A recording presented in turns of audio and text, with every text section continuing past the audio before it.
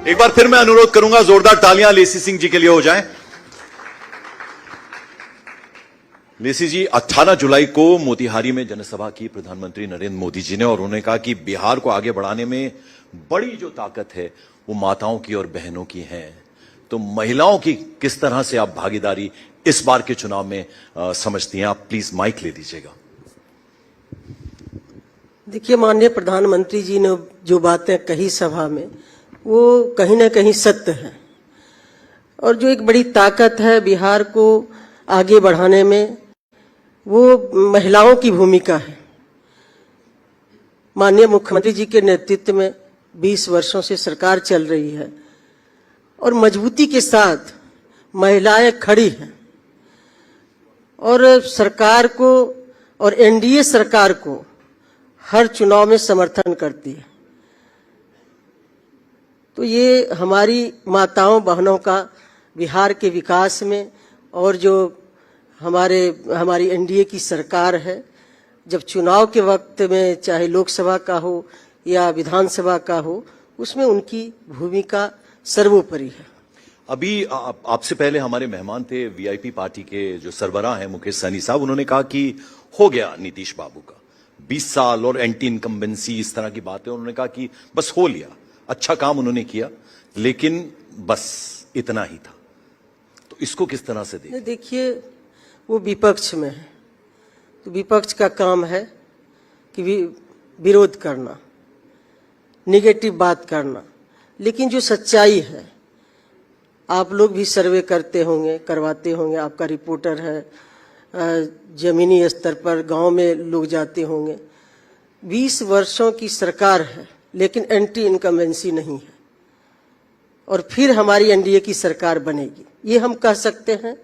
जो माननीय मुख्यमंत्री जी ने विकास किए, हर तबके का विकास किए, चाहे हमारे किसान हो, युवा हो, छात्र हो, जो हमारी आधी आबादी है, जो महिलाएं, जो माननीय मुख्यमंत्री जी के साथ चट्टानी एकता के साथ खड़ी रहती है, तो उनका भी विकास हुआ है। जो आधी आबादी का किन्हीं सरकार ने आज तक ध्यान नहीं दिया कि उनकी दशा और दिशा क्या है, उनको आगे घर से बाहर निकाल के, चाहे पंचायती राज व्यवस्था में 50% आरक्षण देने की बात हो, नगर निकाय में आज महिलाएं 50% से ज्यादा पंचायती राज और नगर निकाय में चुनाव जीत के आ रही हैं, बखूबी काम कर रही है, नेतृत्व कर रही है। तो महिलाओं के लिए तो अनेक काम किए। 35% आरक्षण हर प्रकार की नौकरी में, अब डोमिसाइल भी हो गया है। जो 35% आरक्षण के दायरे में जो आरक्षित सीट पर बिहार की जो मूल निवासी महिलाएं हैं, उनको ही उसमें जगह मिलेगी। लेसी जी, देखिए, जब बिहार का जिक्र होता ना, मेरे नेबर थे, जब मैं दिल्ली में रहा करता था, तो वो कहा करते थे कि इंडस्ट्रियलिस्ट थे वो यहाँ पर पटना में, तो कहते थे जब मैं गाड़ी से चलता था तो बताता नहीं था कि मुझे कहाँ जाना है। यानी वो डर, वो भय था, तो समझ में आती थी। जंगल राज कहा जाता था पुराने राज को, जब ये इस तरह की बातें होती थी, और काफी सुधरा, और वो सुधार देखा भी हमने बिहार में। लेकिन अभी पिछले कुछ दिनों से हम रोज खबरें पढ़ते हैं, उसमें लूटपाट, डकैती, मर्डर्स, रेप, ये सारी चीजें बिहार में हो रही हैं। तो जब जंगल राज की बात आप महागठबंधन के लिए करते थे, अब खुद यहां पर हो रहा है, तो इसका क्या जवाब है आपके पास? देखिए, जहां भी इस तरह की कोई घटना, आए दिन कुछ घटनाएं हुई है, इस पर पुलिस प्रशासन सख्त है। इनकाउंटर भी हुए हैं, लोग पकड़े भी गए हैं, कानून सम्मत कार्रवाई हो रही है। इसमें सरकार पर ये तो क्राइसिस मैनेजमेंट हुआ ना, क्राइसिस हो ना, इस तरह की स्थिति बने ना, लॉ एंड ऑर्डर तो डर होना चाहिए ना कि आप ऐसा करने की हिम्मत ना करें। देखिए, वो अभी चंदन मिश्रा जो हत्याकांड हुआ, वो तो हमने खुद देखा, वो तस्वीर ऐसा लग रहा था मानो कोई फिल्म देख रहे हो हम। हकीकत थी, सच्चाई थी, और बड़ी डरावनी और बड़ी भयावह थी। तो ये तो जवाबदेही बनती है ना, जनता की नुमाइंदगी आप करते हैं, सरकार करती है। सरकार सख्त है। इस तरह की घटना हुई है, ये हम इनकार नहीं कर सकते हैं। घटना हुई है तो हुई है घटना, लेकिन पुलिसिया कार्रवाई और सरकार इस पर सख्त है कि इस तरह की घटना आगे ना हो। इसके लिए पूरी पुलिस महकमा, सरकार और माननीय मुख्यमंत्री इसमें सख्त है, और भी आगे जो अपराधी हैं उस पर बड़ी कार्रवाई होगी। अच्छा, वैसे स्थिति क्या है? एनडीए के बारे में कहा जा रहा है कि नीतीश बाबू जो हैं उनको सीएम नहीं बनाया जाएगा, इलेक्शन तक ही मामला वो है, और सब कुछ बीजेपी ने कैप्चर कर लिया। ललन सिंह जी के बारे में भी कह रहे हैं, संजय झा जी के बारे में भी कह रहे हैं कि वो सब बीजेपी ने पूरा इंतजाम कर लिया और एक तरह से हाईजैक कर लिया गया है, तो अब सब कुछ बीजेपी का है। उसमें कितनी सच्चाई है? देखिए, विपक्ष के पास अभी कोई मुद्दा नहीं है, तो इस तरह का र्यूमर फैला रहे हैं। हमारे पार्टी के राष्ट्रीय अध्यक्ष रह चुके हैं ललन सिंह जी, केंद्र में मंत्री हैं, संजय झा जी कार्यकारी अध्यक्ष हैं, अभी पार्टी के राष्ट्रीय कार्यकारी अध्यक्ष हैं, और ये लोग पार्टी के लोग पार्टी का मतलब दूसरे के दल के कब्जा में आ जाएंगे। हमारा अलायंस है, मजबूत अलायंस है, ये कोई इशू नहीं है, ये कोई मुद्दा नहीं है। विपक्ष के पास अभी कोई मुद्दा नहीं है। बिहार में एनडीए की सरकार और माननीय मुख्यमंत्री जी के नेतृत्व में सरकार बखूबी हर लोगों के लिए काम कर रही है, हर तबके के लिए काम कर रही है, और बिहार के लोगों का विश्वास है। और विरोध करने के लिए उन लोगों के पास कोई मुद्दा नहीं है, तो इस तरह का कर रहे हैं, र्यूमर फैला रहे हैं। हमारा अलायंस के लोग कौन बोल रहे हैं इसमें? अच्छा लेसी जी, ये बताइए कि अब आने वाले जो 5 साल का रोड मैप है, यदि आपकी सरकार दोबारा से बनती है तो फिर किस तरह की ये क्या प्लानिंग है? बिहार और आगे जाए, बिहार और तरक्की करे, उसके लिए कुछ रोड मैप अभी से मुद्दे क्या क्या रहने वाले? पहली बात देखिए, हमारी सरकार की प्राथमिकता है कि जो अभी इंफ्रास्ट्रक्चर है वो दुरुस्त हो गया है। हम रोजगार की ओर आगे बढ़ रहे हैं, इंडस्ट्री लगे, और माननीय मुख्यमंत्री जी ने पिछले दिनों कैबिनेट में स्वीकृति दी है कि 25 से 30 1 करोड़ रोजगार और नौकरी देंगे। तो इसके लिए तो रोजगार का सृजन करना होगा, तो ये हमारी प्राथमिकता है। शिक्षा है, स्वास्थ्य है, लोगों की जो मूलभूत सुविधाएं हैं, जो अंतिम पायदान के लोग हैं उनको आगे बढ़ाना, छोटे छोटे उद्योग करके लोग आगे बढ़ें। आज हमारी महिलाएं 1 करोड़ 40 लाख महिलाएं जीविका की समूह से जुड़ी हुई हैं, उनका आर्थिक स्वावलंबन हो रहा है। आज सदर हॉस्पिटल में, अनुमंडल हॉस्पिटल में दीदी की रसोई चलाई जाती है, बखूबी महिलाएं चला रही है। तो ये प्लान है कि आगे हम रोजगार का सृजन करें। वो जो डबल इंजन की सरकार लेसी जी बात होती है ना, उत्तर प्रदेश में दिखता है कितनी तेजी से वहां विकास कार्य हो रहा है। तो हमने देखा भी है कि जितनी भी सरकारें होती हैं वो कैपिटल सिटी को तो चमका देती हैं। पटना को भी हम देखें तो समझ आता है, वो दिखता है, डेवलपमेंट विकास दिखता है। बाकी जो शहर हैं, इतना बड़ा राज्य है बिहार, वो जो प्रोग्रेस है वो बाकी शहरों में नजर नहीं आती। उस पर किस तरह से ध्यान दिया गया? पिछले अब 20 साल हो गए हैं, तो 20 साल में आप बताइए कि डेवलपमेंट के नाम पर, इंडस्ट्री के नाम पर बिहार में क्या क्या हुआ? देखिए, गांव गांव में विकास हुआ है। आप शहर की बात छोड़ दीजिए, शहर में तो हुआ ही है, लेकिन गांव में, अभी आप गांव में जाइएगा तो गांव में इतना सड़कें बनी है, गांव में हाई स्कूल बनी है, उसके बाद 10+2 बना है, गांव में बिजली लगी है, 21 से 22 घंटा गांव में बिजली रह रही है। तो हर जगह गांव को भी सरकार ने नहीं छोड़ा है, गांव में विकास हो रही है। लेकिन आगे का जो प्लान है कि हम रोजगार का सृजन करें, इंडस्ट्री लगाएं, तो ये सरकार का प्लान है। अच्छा, जो यंगस्टर्स हैं, तेजस्वी यादव, अभी मुकेश सहनी साहब हमारे साथ मंच पे थे, ये जितने भी लोग हैं, प्रशांत किशोर हों, तेजस्वी यादव ने तो यहां तक कह दिया कि मैं एसआईआर की बात करता हूं सदन में, नीतीश बाबू कुछ और बोलने लग जाते हैं। मुझे उन पे दया आती है, मेरी पूरी सहानुभूति है।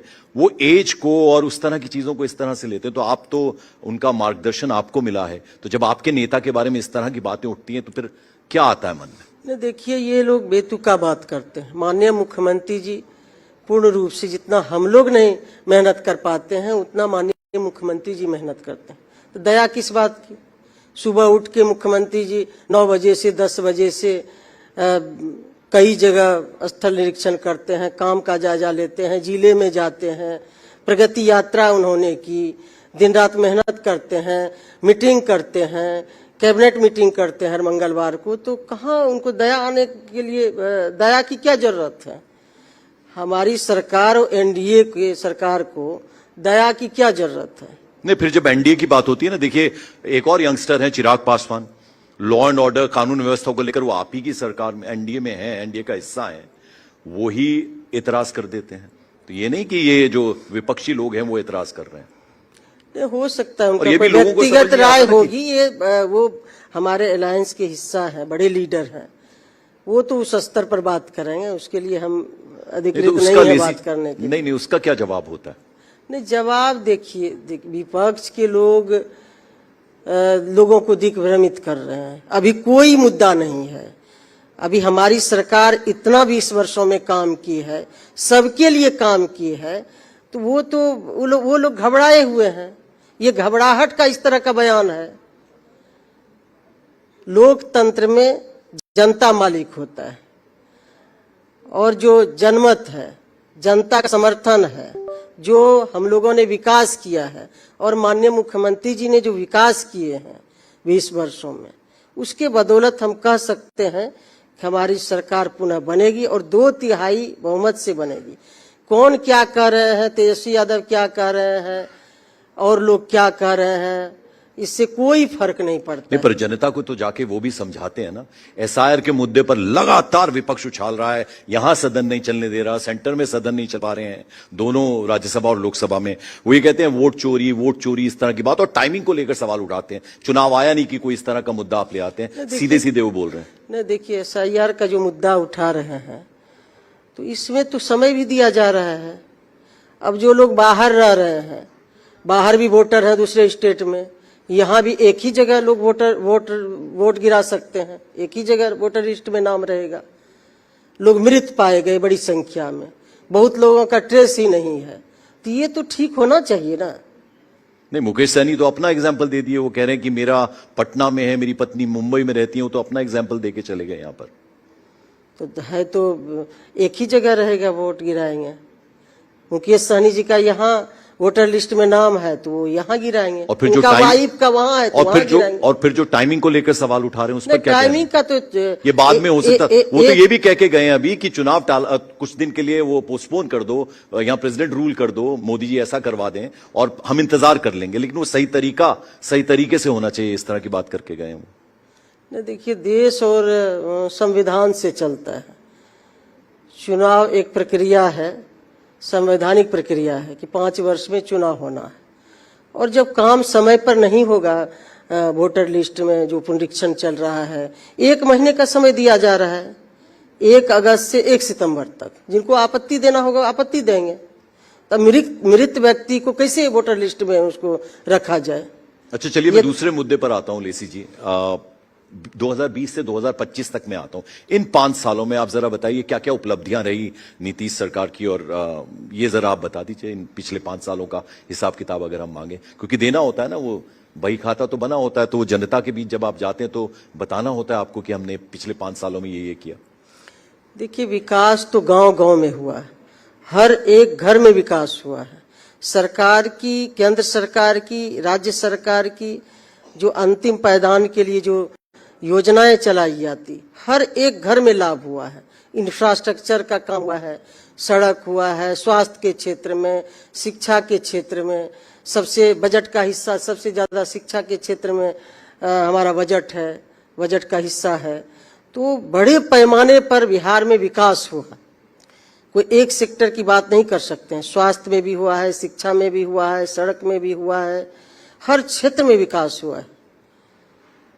तो देखिए, हम तो जो हमारे मेहमान आज हैं उनकी हमने बातें पकड़ी हैं, और कुछ ऑब्जर्वेशंस उनकी जो हैं वो हम भी देख रहे हैं। वो ये कहते हैं कि हमारे बड़े लीडर कौन है, बुजुर्ग कौन है, लालू प्रसाद यादव हैं। महागठबंधन में उनके पोस्टर दिख रहे हैं, और एनडीए का जो है वह नीतीश की, यहाँ नीतीश चेहरा है तो उनकी तस्वीर होनी चाहिए। वो कह रहे हैं कि पूरी तरह से बीजेपी ने हाईजैक कर लिया हर जगह। नरेंद्र मोदी जी वो सेंटर में प्राइम मिनिस्टर वो हैं, उनका बिहार में तस्वीरें क्यों हैं, उसको लेकर एतराज करते हैं। और इसीलिए फिर वो कहते हैं कि उन्हें लगता है, जैसा सबको ऐसा लग रहा है कि कहीं ऐसा तो नहीं कि चुनाव के बाद नीतीश जी सीएम ही ना बनाए जाए। नहीं, देखिए, सबसे पहली बात तो ये जो महागठबंधन का अलायंस है और जो तथाकथित पार्टी आरजेडी है, आरजेडी के पोस्टर से ही लालू जी का नाम और फोटो गायब हो जाता है। पहले तो अपना हिसाब देना चाहिए। हमारे अलायंस के 2 मजबूत स्तंभ हैं, एक बीजेपी, एक जेडीयू, और भी अलायंस 3 पार्टनर है, 3 पार्टियां हैं। तो सबका फोटो रहता है। केंद्र सरकार में माननीय प्रधानमंत्री जी हैं, बिहार में माननीय मुख्यमंत्री जी हैं, जहां भी फोटो लग रहे हैं दोनों का लग रहा है, तो इसमें क्या ऐतराज होना चाहिए। अच्छा, बिहार इतना बड़ा राज्य है, प्रोग्रेस की हम बात करते हैं, डेवलपमेंट की हम, गुजरात का मुकाबला हो उस दिशा में, अब एक लंबा अरसा होता है ना, 20 साल का वक्त होता है, तो उस दिशा में क्या क्या प्रयास हुए हैं और अब दोबारा से चुने जाएंगे तो क्या क्या प्रयास होंगे, जरा वो बता दीजिए हमारे दर्शकों के लिए। देखिए, महाराष्ट्र और गुजरात की जो आप बात कर रहे हैं या कोई लोग बात करते हैं, तो ये दोनों स्टेट पहले से डेवलप है, ये पहले से ही आगे बढ़ा हुआ स्टेट है।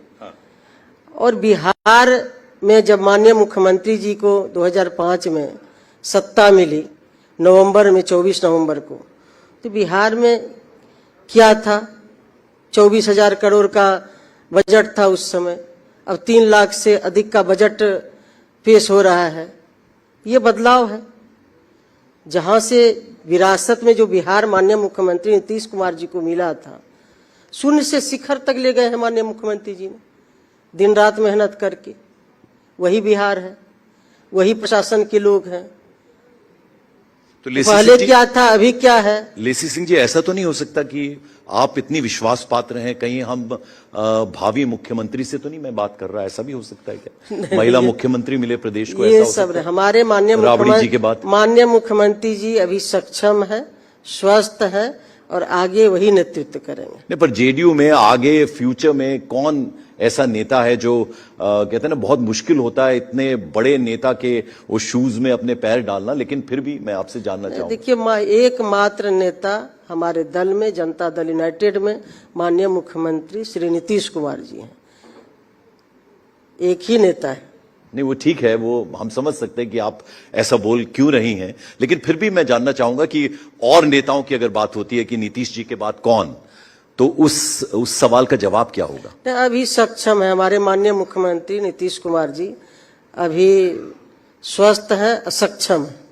तो इस बार क्या लग रहा है आपको, कितनी सीटें आने वाली हैं? देखिए, हम लोग 2/3 बहुमत से एनडीए की सरकार फिर से बिहार में बनेगी। तो इसके लिए आप घूम रही होंगी जगह जगह पूरे बिहार में, तो जनता की आवाज क्या आती है वहां से?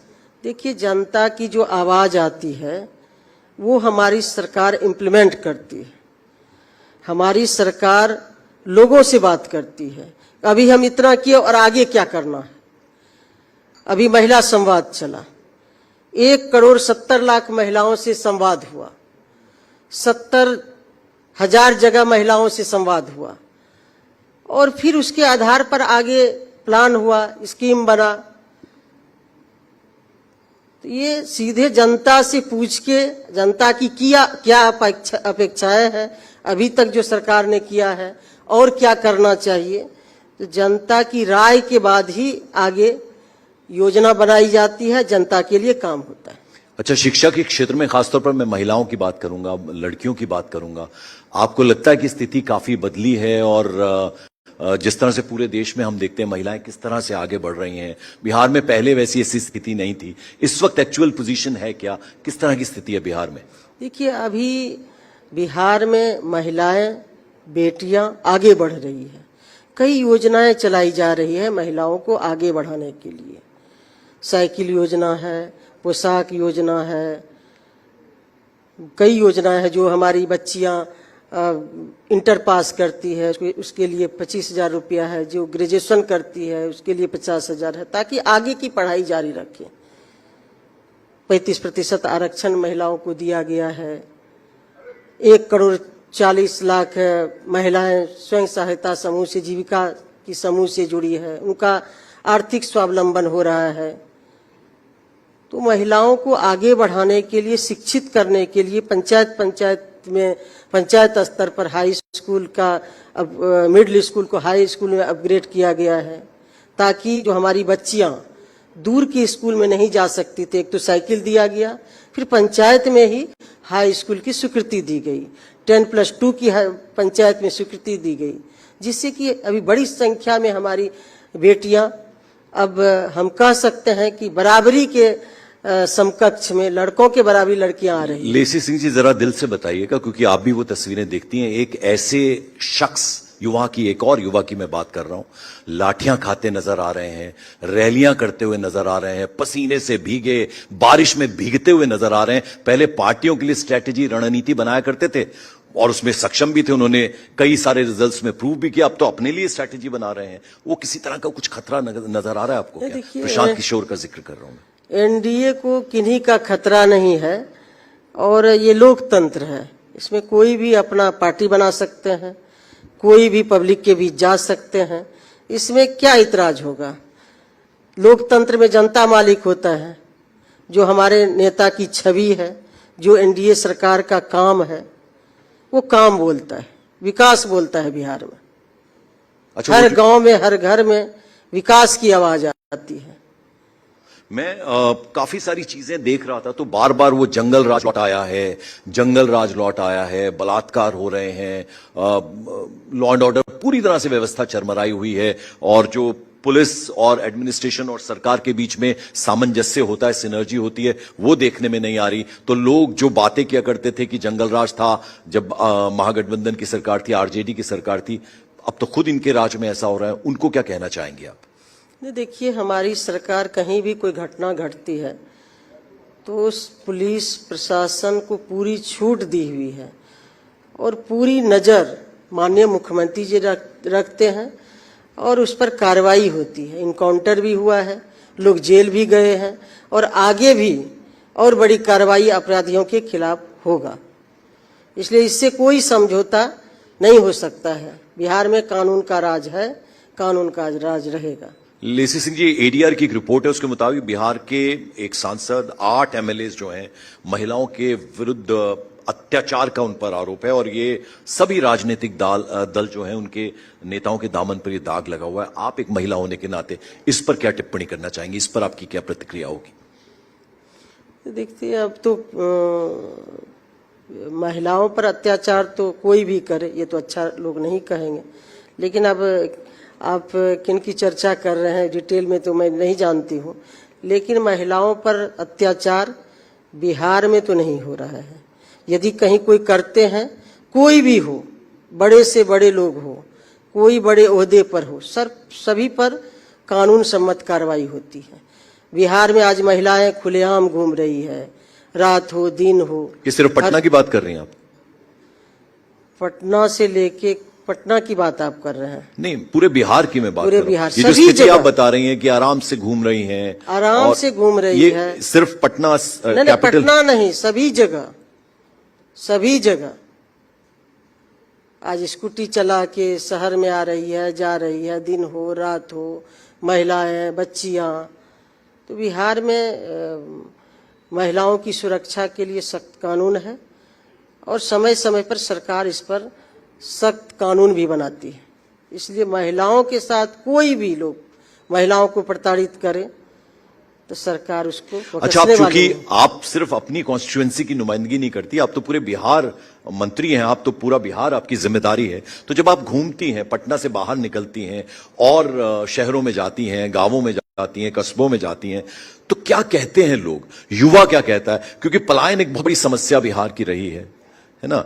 तो वो बिहार में उनको एम्प्लॉयमेंट मिले, रोजगार मिले। युवा जो है, एक जमाने में आईएएस, आईपीएस, सिविल सर्विसेज में निकलने वाले बिहार के बच्चे हुआ करते थे। तो क्या उनके लिए किस तरह की प्लानिंग है सरकार की? देखिए, सरकार तो रोजगार भी दे रही है और नौकरी भी दे रही है और काम भी बिहार में हो रहा है। अब जो पहले लोग बाहर जाते थे उसकी तुलना में बहुत कमी आई है, क्योंकि बिहार में इतना इंफ्रास्ट्रक्चर का काम हो रहा है।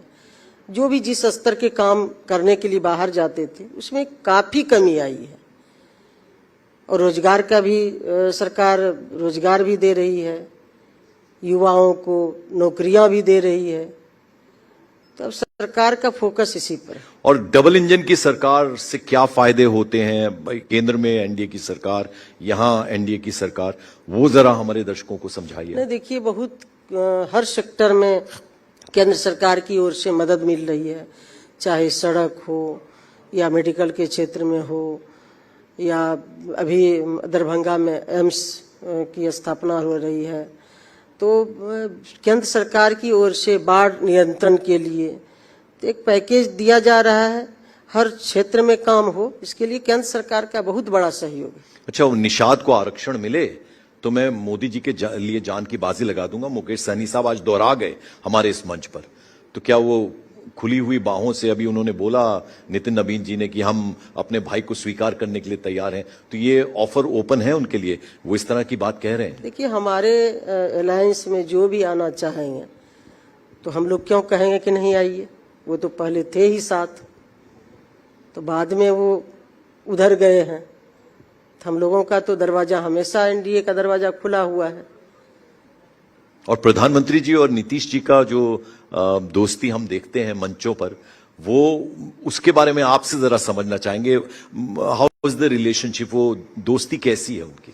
देखिए, बहुत पहले से जब प्रधानमंत्री जी मुख्यमंत्री थे गुजरात के, और माननीय मुख्यमंत्री जी हमारे नेता नीतीश कुमार जी जब केंद्र में रेल मंत्री थे, उस समय से बहुत पहले से दोनों में अच्छा ट्यूनिंग है, बहुत अच्छा संबंध है, दोनों एक दूसरे का सम्मान करते हैं।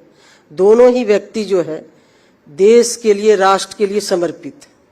आखिर में लेसी जी, मैं चाहूंगा, सारी जनता आपको सुन रही है न्यूज 18 इंडिया की, और यहां पर हमारे जितने भी ऑडियंस है वो आपको सुन रहे हैं।